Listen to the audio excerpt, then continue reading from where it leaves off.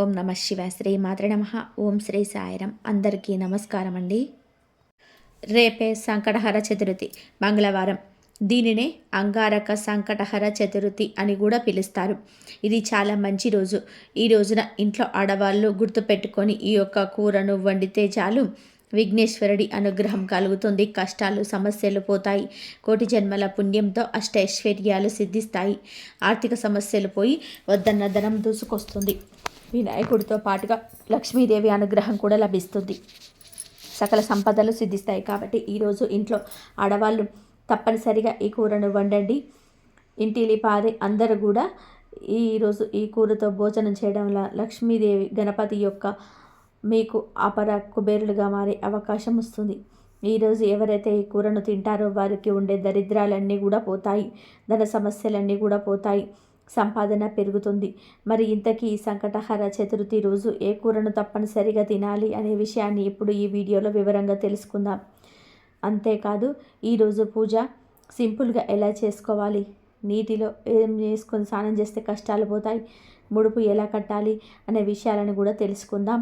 Friends, వేరే వీడియోలో అవసరం లేకుండా మీ అన్ని ప్రశ్నలకు సమాధానం ఈ వీడియోలోనే ఉంది. స్కిప్ చేయకుండా చివరి వరకు చూడండి. ఖచ్చితంగా మీకు ఉపయోగపడుతుంది. లైక్ చేసి ఓం మహాగణపతియే నమః అని కామెంట్ చేయండి. ఈరోజు ఉదయాన్నే నిద్రలేచి ఇల్లు శుభ్రం చేసుకొని ఇంటి ముందు మంచి ముగ్గు వేసుకొని స్నానం చేసుకొని పసుపు లేదా ఎర్రటి రంగు వస్త్రాలను ధరించి చక్కగా విఘ్నేశ్వరుని పూజించాలి. స్వామి ముందు కొబ్బరి నూనెతో దీపాన్ని పెట్టండి.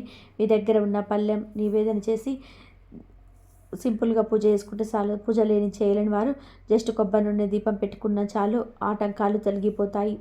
ఇలా ఈరోజు సింపుల్గా పూజ చేసుకుంటే మీకు ఉండే అన్ని ఆటంకాలు కష్టాలు పోతాయి. అష్టైశ్వర్యాలు సిద్ధిస్తాయి.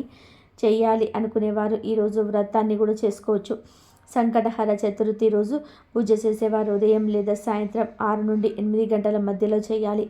ఈ సమయంలో చేస్తే 100కు 100 రెట్లు అధిక ఫలితం వస్తుంది. అప్పుల సమస్యలో బాధపడేవారు ఈ సంకటహర చతుర్థి రోజున ఉదయం తలస్నానం చేసి రుణగ్రహీత గణేష స్తోత్రాన్ని చదవండి. ఈ స్తోత్రం చాలా శక్తివంతమైనది. ఈ శక్తివంతమైన స్తోత్రాన్ని చదివితే నెల రోజుల్లోనే మీకు మంచి మార్పు కనిపిస్తుంది. అప్పులు తిరిగే మార్గాలు తెరుస్తాయి. అలాగే ఈరోజు తులసి చెట్టును పూజించిన వారికి కోటి జన్మల పుణ్య ఫలితం లభిస్తుంది. ఈరోజు ఉదయం సూర్యోదయ సమయంలో కానీ లేదా సాయంత్రం సూర్యాస్తమయ సమయంలో కానీ తులసి కోట ముందు నెయ్యి దీపం వెలిగించి తులసి చెట్టు 3 ప్రదక్షిణాలు చేసి తులసి ప్రాంతానికి నమస్కారం చేస్తే మీ మనసులో ఏది కోరుకున్నా సరే అది ఖచ్చితంగా నెరవేరుతుంది. లక్ష్మీదేవి అనుగ్రహంతో మీ ఇల్లంతా కూడా ఐశ్వర్యంతో నిండిపోతుంది. మీ ఇంటికి ఉన్న దరిద్రం మొత్తం కూడా తొలగిపోయి మీకు ఇంట్లోకి ధనలక్ష్మీదేవి అడుగు పెట్టాలంటే ఒక నిమ్మకాయను తీసుకొని దానికి కుంకుమ బొట్లు పెట్టి దానిపైన గణపతి ముందు పూజలో పెట్టి నమస్కారం చేసుకోండి. తర్వాత ఈ నిమ్మకాయను ఒక వస్త్రంలో కట్టి మీ ఇంటి గుమ్మంలో వేలాడదీయండి. ఇలా చేస్తే మీ ఇంట్లో ఉన్న దరిద్ర దేవత బయటకు వెళ్ళిపోయి మీ ఇంట్లోకి ధనలక్ష్మీదేవి అడుగు పెడుతుంది. ఈ సంకటహర చతుర్థి రోజు ఇంట్లో గొడవలు పడకూడదు. సంకటహర చతుర్థి రోజు ఇంట్లో ప్రశాంతమైన వాతావరణం ఉండాలి. భార్యాభర్తలు కానీ, అత్త కోడళ్ళు కానీ, అన్నదమ్ములు కానీ ఎవరు కూడా గొడవ పడకూడదు. వాదనలకు దిగకూడదు. ఇంట్లో ఎక్కడైతే అశాంతి ఉంటుందో అక్కడ అలక్ష్మి తాండవిస్తుంది. లక్ష్మీదేవి అలాంటి ఇంట్లోకి కన్నెత్తి కూడా చూడదు. కాబట్టి ఈరోజు ఎవరు కోపం వచ్చినా దానిని అదుపులో ఉంచుకొని మౌనంగా ఉండడం ఉత్తమం. అలాగే సంకటహర చతుర్థి రోజు సాయంత్రం సమయంలో ఎవరికి అప్పు ఇవ్వకూడదు. సూర్యాస్తమయం సమయంలో నిద్రపోకూడదు. సాయంత్రం వేళ దీపం పెట్టే సమయంలో నిద్రపోవడం వలన ఇంట్లోకి దరిద్రం ప్రవేశిస్తుంది. అంతేకాదు ఈరోజు జుట్టు కత్తిరించడము, గోర్లు కత్తిరించుకోవడం వంటి పనులు పొరపాటున కూడా చేయకూడదు. సంకటహర చతుర్థి రోజు ఇంట్లో ఎవరు ఏడవకూడదు. ఇంకా ఈ సంకటహర చతుర్థి రోజు స్నానం చేసే నీటిలో గరికెను కానీ, 5 నేరేడు ఆకులను కానీ, 5 వేపాకులను కానీ ఈ 3 ఏదో ఒకటి వేసుకొని స్నానం చేస్తే చాలు. విఘ్నేశ్వరుడి అనుగ్రహంతో సకల శుభాలు కలుగుతాయి. ఇలా స్నానం చేయటం వలన 1 నిమిషంలో కష్టాలు, బాధలు, సమస్యలు పోతాయి. గణపతి అనుగ్రహంతో కుబేరులుగా మారిపోతారు.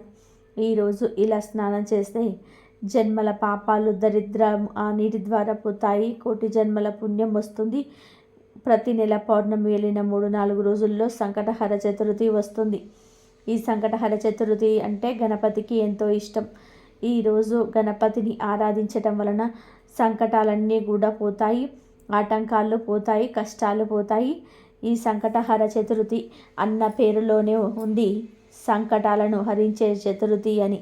కనుక ఈరోజు భక్తిగా గణపతిని పూజిస్తే ఎలాంటి కష్టాలైనా సరే తొలగిపోతాయి. బ్రహ్మదేవుడికి మొదట సృష్టి చేసేటప్పుడు అనేక ఆటంకాలు ఏర్పడ్డాయి. అసలు సృష్టి ఎలా చేయాలో కూడా బ్రహ్మకు తెలియలేదు. దాంతో బ్రహ్మ ముక్కు పెట్టాల్సిన చోట చెవి పెట్టాల్సిన ముక్కు పెట్టేవాడు. బ్రహ్మ సృష్టి ప్రారంభించిన 1000 సంవత్సరాల వరకు సృష్టిలో ఆటంకాలు ఎదురయ్యాయి. అప్పుడు బ్రహ్మ తపస్సు చేశాడు.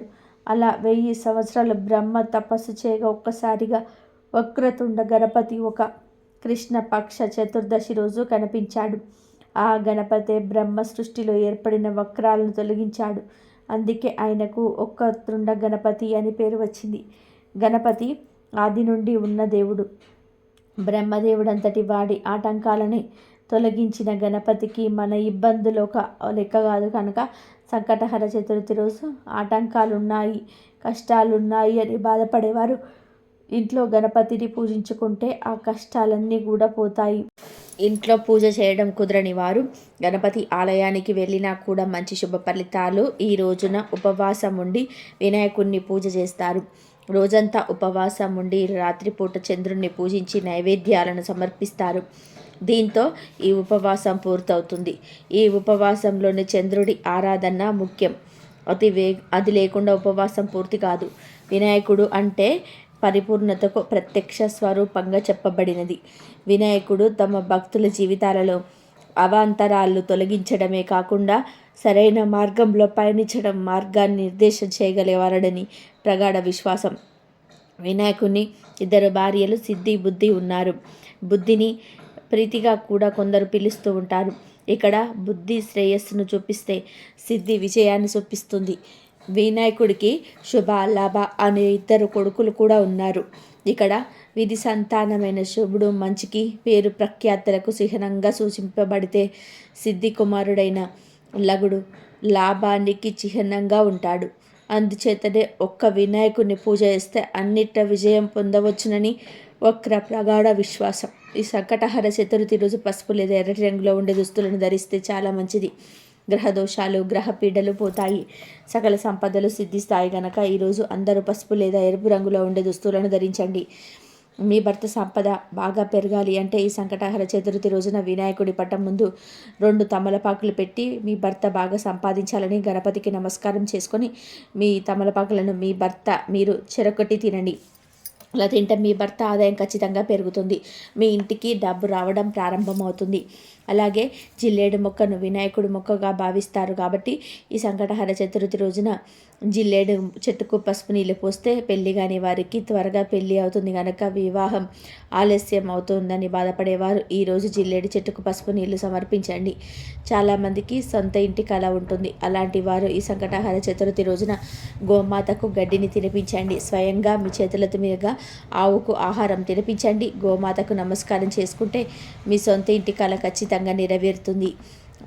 సంకటహర చతుర్థి రోజు విఘ్నేశ్వరుడికి ఏ విధంగా ముడుపు కట్టాలి, ఏ విధంగా ముడుపు కడితే పెద్ద పెద్ద కోరికలైనా సరే సులభంగా తీరిపోతాయో ఈరోజు మనం ఈ వీడియోలో తెలుసుకుందాం.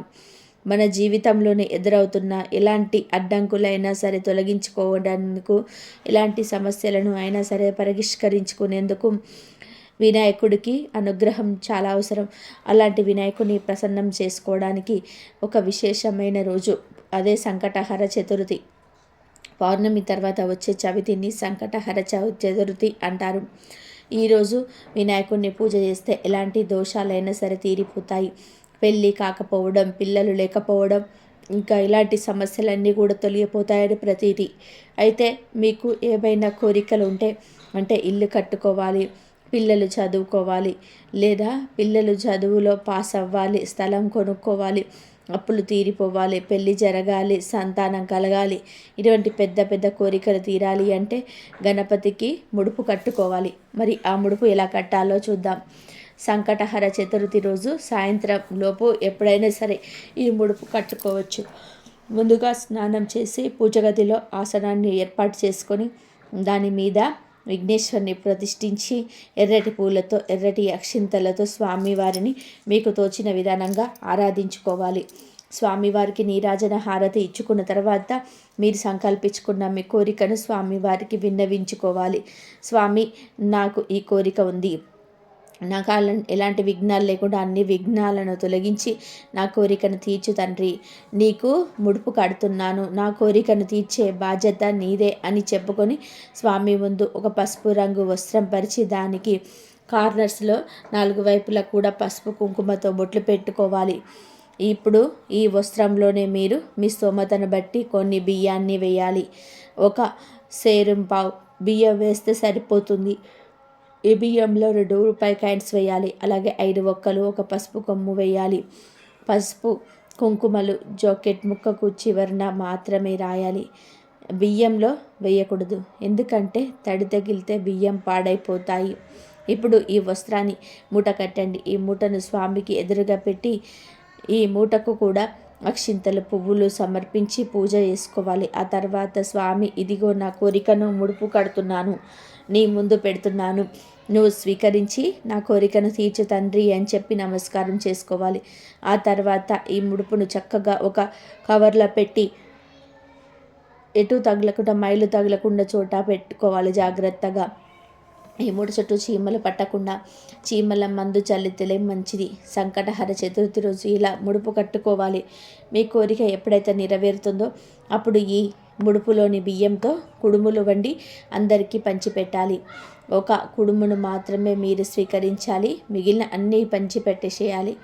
ఇంట్లో వండటం కుదరని వారు దేవాలయంలో ఈ బియ్యాన్ని ఇచ్చి డబ్బులు కట్టి కుడుములు చేసి పంచిపెట్టమని చెప్పండి. లేదా ఇంటి దగ్గర ఈ బియ్యంతో కుడుములు చేసి దేవాలయంలో స్వామివారికి సమర్పించవచ్చు. ఇలా ముడుపు కడితే ఎలాంటి కోరిక అయినా సరే తీరిపోతుంది. ఒకానొక నాడు ఇంద్రుడు తమ విమానంలో భృగిడి అనే ఒక వినాయకుడికి గొప్ప భక్తుడైన ఋషి దగ్గర నుంచి ఇంద్రలోకానికి తిరిగి వెళుతూ ఉండగా సర్సేన అనే రాజు రాజ్యం దాటే సమయంలో అనేక పాపములు చేసి ఒక వ్యక్తి ఆకాశంలోనే పయనించి ఆ విమానం వైపు దృష్టి సాధించాడు. అతడి దృష్టి సోకగానే ఆ విమానం చటుక్కున భూమి మీద అర్ధాంతంగా ఆగిపోవడం జరిగింది. ఆ ఇంద్ర విమానం అద్భుతమైన వెలక్కి అంచలచక్తుడైన ఆ దేశపు రాజు సురసేనుడు గబగబా బయటకి వచ్చి ఆ అద్భుతాన్ని చెందుతూ ఆలకించసాగాడు. ఇక్కడ ఇంద్రుని చూసి ఎంతో సంతోషానికి లోనైన మహారాజు ఆనందంతో నమస్కరించాడు. ఇంద్రుడితో ఆ విమానం ఎందుకు ఆపినాడో అని కారణం అడిగాడు. అప్పుడు ఇంద్రుడు, ఓ రాజా, మీ రాజ్యంలోనే ఒక పాపాలు అధికంగా చేసిన ఒకరితో దిష్టి తగిలి విమానం మధ్య మార్గంలో అంతరంగా ఆగిపోయింది. అప్పుడు ఆ రాజు, అయ్యా, మళ్ళీ ఆగిపోయిన ఈ విమానం ఎలా బయలుదేరుతుంది అని అడిగాడు వినయంగా. అప్పుడు ఇంద్రుడు, ఇలా పంచమి, నిన్న చతుర్థి, నిన్నటి రోజున ఎవరైతే ఉపవాసం చేస్తారో వారి పుణ్యఫలాన్ని నాకు ఇస్తే నాకు విమానం తిరిగి బయలుదేరుతుందని చెప్పాడు. సైనికులకు అందరుగా కలిసి రాజ్యమంతా కూడా తిరిగారు, అన్వేషిస్తూ ఒక్కరైనా సరే నిన్నటి రోజు ఉపవాసం చేసిన వారు కనబడతారా అని. తాను దురదృష్టవశాత్తు అలా ఎవరు నిన్నటి రోజున ఉపవాసం చేసిన వారు దొరకలేదు. అదే సమయంలో కొందరు సైనికుల దృష్టిలో ఒక గణేష దూత వచ్చి మరణించిన స్త్రీ మృతదేహాన్ని తీసుకెళ్లడం కనబడింది. సైనికుల వెంటనే ఎంతో పాపాత్మురలైన ఈ స్త్రీని ఎందుకు గణేష లోకానికి తీసుకెళ్తున్నారని ప్రశ్నించారు. దానికి గణేష దూత, నిన్నంతా కూడా ఈ స్త్రీ ఉపవాసం ఉంది, తెలియకుండానే ఏమీ తినలేదు, చంద్రోదయమైన తర్వాత లేచి కొంత తిన్నది, రాత్రంతా కూడా నిద్రించి సూర్యోదయం సమయాన్ని నిద్రలేచి కొంత తినడం వల్ల ఆమెకు తెలియకుండానే సంకష్టహర చతుర్థి వ్రతం చేసింది, ఈరోజు మరణించింది అని చెప్పాడు. అంతేకాక ఎవరైనా తమ జీవితాలలో ఒక్కసారైనా సరే ఈ వ్రతం చేస్తే వారు గణేష లోకానికి కానీ స్వనంద లోకానికి కానీ చేరుకోవడం మరణం అనంతరం తథ్యం అని చెప్పాడు. గణేశని దూతను అప్పుడు స్వయంగునికులు ఎంతో బ్రతిమిలాడారు. ఆ స్త్రీ మృతదేహాన్ని తమకు ఇవ్వమని, అలా చేస్తే విమానం తిరిగి బయలుదేరుతుందని ఎంతో చెప్పారు. ఆమె పుణ్యఫలాన్ని వారికి ఇవ్వడానికి గణేశుని దూత అంగీకరించలేదు. ఆమె దేహం మించి వీచిన గాలి ఆ విమానం ఆగిపోయిన చోట చేరి స్ఫోటనం కలిగించింది. మృతదేహం పుణ్యఫలం పొందినది కావడం వలన ఆ దేహాన్ని తాకిన గాలి సైతం పుణ్యం పొందింది. దాని వలన ఇంద్రుడి విమానం బయలుదేరింది. ఈ కథ సంకష్టహర చవితి ప్రాముఖ్యత, ఆధ్యాత్మిక విలువలతో పాటు సంకష్ట చవితి ఉపవాసం మొదలైన విషయం తెలుపుతున్నది. వినాయకుడిని భక్తులందరి దృష్టిలోని ఈ వ్రతం చేయటం వలన చాలా పుణ్యం పొందుతారని భావన. ఈ వ్రతం మహత్యం వలన ఈ వ్రతం ఆచరించిన వారు ఎవరైనా గణేశుని లోకానికి లేదా సనంద లోకానికి చేరుతారని, అక్కడ భగవంతుడి ఆశీస్సుల వలన ఎంతో ఆనందాన్ని పొందుతారని అంటారు. గణపతికి ఎంతో ఇష్టమైన సంకష్టహర చతుర్థి రోజున కొన్ని కూరలను ఇంట్లో వండుకుంటే కోటి జన్మల పుణ్యం వస్తుంది. ఈరోజు ఈ కూరలను తినడం వలన మీకు విపరీతమైన పుణ్య ఫలితం అనేది కలుగుతుంది. అష్టైశ్వర్యాలు సిద్ధిస్తాయి. ఈ రోజున గణపతికి ఎంతో ఇష్టమైనటువంటి బీరకాయ కూరను వండిన తిన్న దరిద్ర బాధలన్నీ కూడా తొలగిపోతాయి. ధనం అనేది విపరీతంగా దూసుకొస్తుంది. కాబట్టి బీరకాయను కూర రూపంలో కానీ, లేదా పచ్చడి రూపంలో కానీ, లేదా ఫ్రై రూపంలో కానీ తప్పనిసరిగా వండుకునే ప్రయత్నం చేయండి. ఇలా సంకటహర చతుర్థి రోజు బీరకాయను వండుకొని తినడం వల్ల మీకు ధనలాభం కలుగుతుంది. సమస్యలన్నీ పూర్తిగా తొలగిపోతే దరిద్రం అనేది కూడా ఆమెడ దూరం పారిపోతుంది. కాబట్టి తప్పనిసరిగా బీరకాయను వండుకోండి. ఇక తర్వాత నల్లేరు కాడ అనే ఉంటుంది. ఈ నల్లేరు కాడ మనకు మార్కెట్లో దొరుకుతుంది. పల్లెటూర్లలో ఉండే వారికి దీని గురించి బాగా తెలుసు. ఈ నల్లేరు కాడ అంటే గణపతికి చాలా ఇష్టం. కాబట్టి ఈ సంకటహర చతుర్థి రోజున మీరు ఈ నల్లేరు కాయతో పచ్చడి చేసుకొని తినడం వలన విపరీతమైనటువంటి ధనలాభం కలుగుతుంది. జాతక దోషాలన్నీ కూడా తొలగిపోతాయి. అదృష్టం అనేది పడుతుంది. కోటి జన్మల పుణ్యం అనేది కలుగుతుంది. ఈ నల్లేరు కాడ చూడడానికి ఇక్కడ చూపిస్తున్నట్టు అంటే నల్లేరుకాయ ఇక్కడ ఈ విరివిరిగా దొరుకుతుంది. కానీ నల్లేరు కాడను తీసుకొని చక్కగా పచ్చడి చేసుకొని ఇంట్లో పిల్లలు పెద్దలు అందరూ కూడా ఆయుష్ పెరుగుతుంది. అందరు కూడా అష్టైశ్వర్యాలు కూడా సిద్ధిస్తాయి. ఈ నల్లేరు కాడ పచ్చడి కూడా చాలా రుచిగా ఉంటుంది. కాబట్టి నల్లేరు కాడను చక్కగా సేకరించి తెచ్చుకొని ఈ సంకటహర చతుర్థి రోజున వండుకొని తినడం వలన గణపతి యొక్క సంపూర్ణ అనుగ్రహంతో మీరు కోటీశ్వరులుగా మారే అవకాశం అనేది ఉంటుంది. మీకు ఉన్నటువంటి జాతక దోషాలు పాపాలు అన్నీ కూడా తొలగిపోతాయి. ఇక సంకటహర చతుర్థి రోజు వండుకోవలసినటువంటి ఇంకొక కూర ఏమిటి అంటే బఠానీ కూర. అవును, బఠానీ ఉంటాయి కదా, ఆ బఠానీలో కూరను కూడా ఈరోజు తినడం వలన చక్కటి అదృష్టం వరిస్తుంది. అంటే బఠానీతో కూర వండుతారు. అలాగే కూరలో కలుపుడికి వాడుతూ ఉంటారు కదా. అయితే బంగాళదుంప బఠానీ, బీరకాయ బఠానీ, వంకాయ బఠానీ ఇలా ఏదో ఒక రూపంలోని ఈరోజు పచ్చి బఠానీలను తింటే విఘ్నేశ్వరుడి యొక్క అనుగ్రహం అనేది సంపూర్ణంగా కలుగుతుంది. గ్రహ దోషాలు, ఆర్థిక సమస్యలు, అప్పుల బాధలు అన్నిటి నుంచి కూడా బయటపడతారు. సకల సంపదలు సిద్ధిస్తాయి. కాబట్టి చక్కగా రేపు ఇంట్లో ఈ 3 కూరల్లో ఏదో ఒకటి వండుకునే ప్రయత్నం చేయండి. ఈ 3 కూరల్లో నుండి ఏ కూర వండుకున్నా మీ కష్టాలు పోయి, ఆర్థిక సమస్యలు పోయి, అష్టైశ్వర్యాలు సిద్ధిస్తాయి. కాబట్టి ఇంట్లో ఆడవాళ్ళందరూ కూడా తప్పనిసరిగా ఈరోజు ఈ కూరలను వండుకోండి, తినండి. పిల్లలకు కూడా పెట్టండి, ముఖ్యంగా మగవాళ్ళకు పెట్టండి. ఇలా తినడం వలన ఇంటి పరమైనటువంటి దోషాలన్నీ కూడా తొలగిపోతాయి. కానీ ఈ సంకటహర చతుర్థి రోజు నాన్ వెజ్ను పొరపాటున కూడా వండడం కానీ తినడం కానీ చేయకూడదు. నాన్ వెజ్ అంటే కోడిగుడ్డు, చికెన్, మటన్, ఫిష్, చేపలు, రొయ్యలు ఇలాంటివి ఏవి కూడా ఉండకూడదు, తినకూడదు. గుడ్డును చాలామంది నాన్ వెజ్ కాదనుకొని తినేస్తూ ఉంటారు. కానీ గుడ్డు కూడా నీచే. ఈ సంకటహర చతుర్థి రోజు గుడ్డు కూడా తినకూడదు. కనుక ఈరోజు ఇంట్లో మాంసాహారం వండవద్దు, తినవద్దు. ఇంట్లో అనే కాదు, మీరు బయట కూడా నాన్ వెజ్ తినకూడదు. అంటే రెస్టారెంట్స్లో, బజార్లలో, నూడిల్స్ పళ్ళ దగ్గర, బిర్యానీ షాపుల దగ్గర, బజ్జీ పళ్ళ దగ్గర ఎక్కడ కూడా నాన్ వెజ్ తినకూడదు. కేవలం కూరల రూపంలో కాదు, ఏ రూపంలో కూడా నాన్ వెజ్ను తినవద్దు. అంటే నూడిల్స్, మంచూరియా, బిర్యానీ, బర్గర్లు, పిజ్జాలు, egg puff, chicken puff, chicken lollipop, chicken joints, chicken wheels, chicken pakodi, chicken పఫ్లు ఇలా ఏ రూపంలో కూడా నాన్ వెజ్ తినకూడదు. ఇలా సంకటహర చతుర్థి రోజు ఏ రూపంలో నాన్ వెజ్ తినకుండా జాగ్రత్తగా ఉండండి. కాదని ఈరోజు నాన్ వెజ్ తింటే సకల దేవతల ఆగ్రహానికి గురి అవుతారు. ఇక మీరు ఎన్ని పూజలు చేసినా ఫలితం అనేది రాదు, దరిద్రాన్ని అనుభవిస్తారు. గనక అందరూ కూడా ఈరోజు ఈ ఆహారాన్ని నియమాలను పాటించండి. ఇక వినాయకుడికి ఎంతో ఇష్టమైన ఈ సంకటహర చతుర్థి రోజున వేప ఆకులతో ఒక పరిహారం చేస్తే చాలు, 60 నిమిషాలలో మీ జీవితం మారిపోతుందని శాస్త్ర పండితులు చెప్తూ ఉన్నారు. అసలు ఏం చేయాలి అంటే ఏమీ లేదు. సంకటహర చతుర్థి రోజున ఉదయాన్నే 2 రెమ్మల వేపాకులను కోసి తెచ్చుకోండి. వేపాకులకు మన కష్టాలను తొలగించి మన జీవితాన్ని అద్భుతంగా మార్చేసే శక్తులు ఉన్నాయి. కనుక వేపాకులను తెచ్చుకోండి. తర్వాత ఆ వేపాకులను ఒక రాగి ప్లేట్లో కానీ, ఇత్తడి ప్లేట్లో కానీ వేయండి. ఈ స్టీల్ ప్లేట్లో మాత్రం వేయొద్దు. ఇలా ఆకులను ప్లేట్లను వేసిన తర్వాత ఆ ప్లేట్లను తీసుకొని వెళ్ళి పూజ గదిలో గణపతి ఫోటో ముందు పెట్టండి. ఫోటో ముందు పెట్టే ముందు కొన్ని పసుపు నీళ్ళను వేప ఆకుల మీద చల్లి ఆ తర్వాత ప్లేట్లను గణపతి ఫోటో ముందు పెట్టండి. ఇలా పెట్టిన తర్వాత చక్కగా ఒక ప్రమిదను తీసుకొని దానిని వేప ఆకుల మీద పెట్టండి. ఆ ప్రమిదను కొబ్బరి నూనెను పోయండి. ఆ తర్వాత 3 లేదా 5 ఒత్తులు వేసి దీపం వెలిగించండి. ఇలా వెలిగించిన దీపానికి పసుపు కుంకుమ అక్షింతలు సమర్పించండి.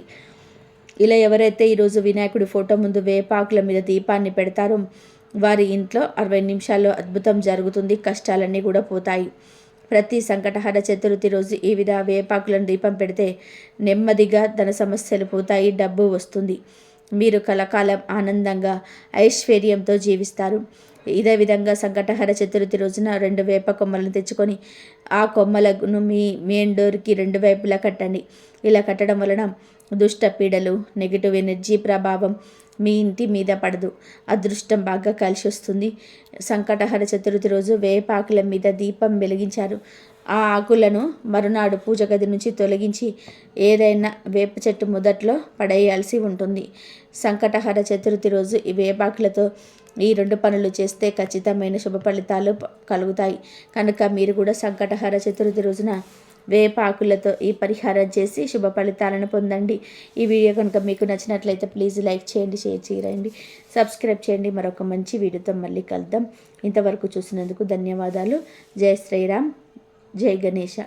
మీకు ఇష్టమైన దైవాన్ని కామెంట్ సెక్షన్లో కామెంట్ చేయండి. ధన్యవాదాలు.